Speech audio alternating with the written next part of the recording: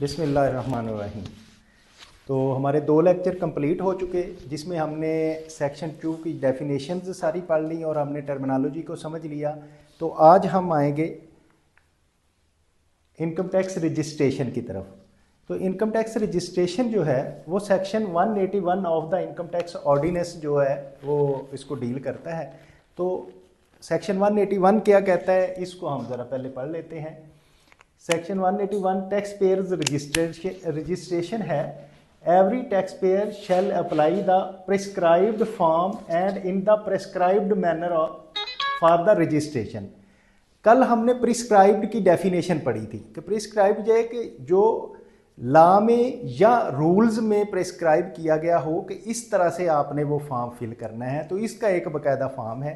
जब वो फॉर्म हम फिल करते हैं ऑनलाइन, तो ऑनलाइन वो कमिश्नर के पास जाता है। कमिश्नर उसको बाय रूल्स उसके चेक करने के बाद उसकी रजिस्ट्रेशन कर देता है। तो हम वो अभी इसके बाद लॉ पढ़ने के बाद हम उसको प्रैक्टिकल करेंगे कि किस तरह से करना है।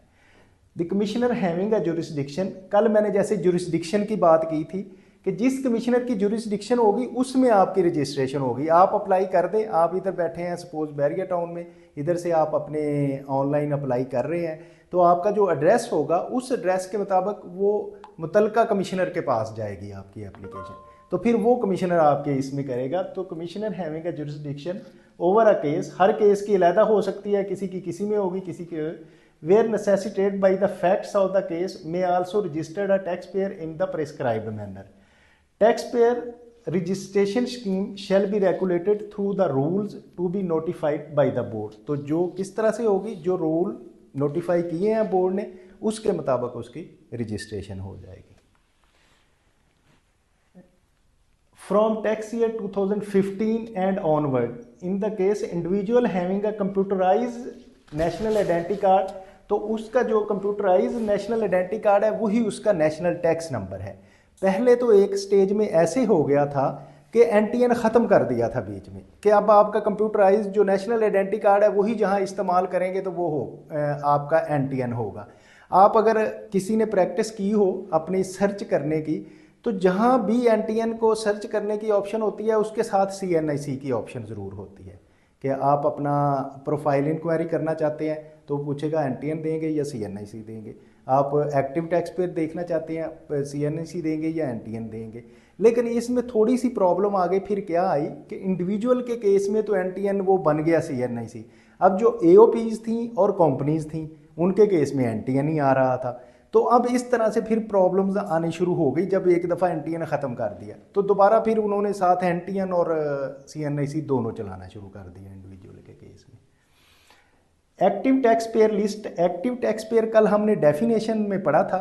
तो उसमें आता है कि ऐसा रजिस्टर्ड पर्सन जो ऑन टाइम अपनी रिटर्न फाइल करता है तो वो एक्टिव टैक्स पेयर होता है। और अगर लेट उसने कर दिया रिटर्न तो फिर सरचार्ज पे करेगा तो फिर एक्टिव टैक्स पेयर लिस्ट में आएगा। तो इसकी एक लिस्ट तरतीब दी है एफबीआर में, उसमें वो शामिल हो जाएगा जो ऑन टाइम रिटर्न फाइल करेगा। एक कंपलसरी रजिस्ट्रेशन है, सेक्शन है 181 AA। कंपलसरी रजिस्ट्रेशन कौन है? ऐसा रजिस्टर्ड पर्सन, ऐसा टैक्स पेयर जिसने कमर्शियल मीटर लगवाना हो, सुई कमर्शियल या इंडस्ट्रियल मीटर लगवाना हो सुई गैस का या इलेक्ट्रिसिटी का, तो उसको कंपलसरी रजिस्टर्ड किया जाएगा। ये एज पर लॉ है। Note with standing anything contained any law for the time being in force, any application for the commercial or industrial connection of the electricity or natural gas shall not be proceeds, and such connection shall not be provided unless the person applying for electricity or gas connection is registered under section 181। तो 181 क्या है? 181 registration का है कि जब वो registered होगा तब ही उसका कमर्शियल या इंडस्ट्रियल इलेक्ट्रिसिटी और गैस का मीटर लगेगा। तो इसमें ये कि कंपलसरी रजिस्ट्रेशन आ गई इसमें। उसके बाद एक 181B जो है टैक्स कार्ड की एक थी, कई लोगों को मिले भी थे कि जो ज़्यादा टैक्स पे करते हैं उनको टैक्स कार्ड दिया जाएगा कि उनकी ऑनर के लिए subject to this ordinance board में मेक अ स्कीम और introduction of the tax payers honour card for the individual tax payer who fulfil the minimum criteria to be eligible for the benefit contained in this scheme के उसमें ये था कि जो higher tax paid हैं, ज़्यादा पे कर रहे हैं, तो उनको हम ऑनर कार्ड देंगे कि जहाँ भी वो एयरपोर्ट्स पे और इस पे जाएंगे। कुछ लोगों को मिले भी थे, लेकिन ये लॉ का हिस्सा है। तो इसमें 181C जो है displaying of the national tax number.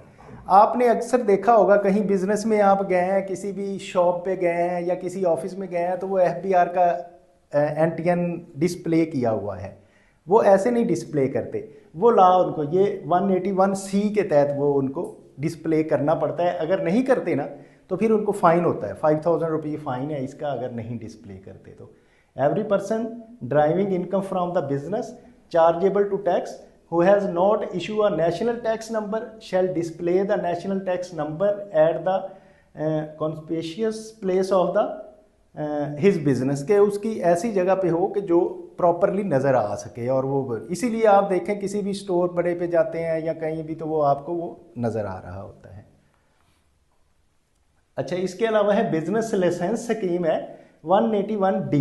ये है काफ़ी लंबा, तो मैं इसको सिंपल आपको समझा देता हूँ कि FBR रिक्वायर करता है कि हर बंदा अपना बिजनेस लाइसेंस साथ लगाए, क्योंकि मुख्तलिफ रेट हैं मुख्तलिफ प्रोफेशंस के हवाले से, कि किसी के टैक्स रेट जो सर्विसेज दे रहे हैं उनके और हैं, मैन्युफैक्चरिंग कर रहे हैं उनके और हैं। जो भी आप जिस कैटेगरी में बिजनेस में फाल करते हैं उसका उस प्रोफेशन का लाइसेंस आपके पास हो। सपोज जैसे आप जाके कल को एडवोकेट बनेंगे और आप इंशाल्लाह आपको हाई कोर्ट का बार का लाइसेंस मिलेगा, तो आप उसको डिस्प्ले करेंगे तो आपको उसके रेट उसके मुताबिक लगेंगे। तो उसमें इसमें फ़ाइन भी है कि अगर वो प्रेस्क्राइब फॉर्म में ना हो और उसके आप नहीं करते तो आपको टाइम दिया जाएगा। अगर विदिन 30 डेज आप उसको लाइसेंस अपना नहीं डिस्प्ले करेंगे तो आपको फ़ाइन होगा। ये अदर उसके रिलेटेड था। रिकॉर्ड ऑफ बेनिफिशियल ओनर, तो जो आप का every company and association of person shall electronically furnish particulars of the beneficial owner of such and manner as may be prescribed के जो आप इसमें जब रजिस्टर्ड करेंगे तो जो उसका बेनिफिशियल ओनर होगा उस प्राइवेट का, उसका भी नाम इसमें आना चाहिए कि AOP या AOP का नाम आ गया तो साथ जो जिसको बेनिफिट हो रहा है या जो इसका ओनर है उनके भी नाम उसमें आएंगे, या इंडिविजुअल है तो उसमें भी आएगा। Every company and association of person shall update the particulars of its beneficial owners and when there is change in the particulars of the beneficial owner. यानी कि एक तो सिचुएशन ये होगी कि आपने जब रजिस्टर्ड करना है तो तब आपने उनके नाम देने हैं, AOP में भी होगा या कंपनी में भी होगा। दूसरी सिचुएशन ये होगी कि आपके कंपनी में एक बंदे ने शेयर बेच दिए, दूसरे किसी ने खरीद लिए, या ऐसा है कि एक पार्टनर रिटायर्ड हो गया दूसरा पार्टनर आ गया, तो उसमें फिर आपने कंपनी के या AOP के जो पार्टिकुलर्स हैं वो चेंज करवाने हैं, उसके मुताबिक उसका नाम देना है। अच्छा, अब जब हम प्रैक्टिकल काम करेंगे, ये तो था लॉ रजिस्ट्रेशन के रिलेटेड। तो इस लॉ को जब हम प्रैक्टिकल करेंगे तो सबसे पहले जब हम खोलेंगे तो FBR की साइट हमें इस तरह से नज़र आएगी। तो अब हम अभी इसकी प्रैक्टिस करेंगे, अभी खोलेंगे तो FBR की साइट आपको नज़र आएगी। फिर उसके बाद हम इसमें जाएंगे इनकम टैक्स IRS में, तो जब IRS में जाएंगे तो हमें ये चीज़ नज़र आएगी। ठीक है, IRS में फिर इसमें हम पार्टिकुलर्स देखेंगे कि रजिस्ट्रेशन किसको करना है, रजिस्टर्ड करना है। उसके बाद इसमें ID पासवर्ड लगता है, जो भी हमारा रजिस्टर्ड पर्सन होगा उसका इसमें ID पार्ट इसमें आएगा, उसका जो CNIC है वो उसका होता है ID, और इसके बाद उसका ID के साथ पासवर्ड लगाएंगे।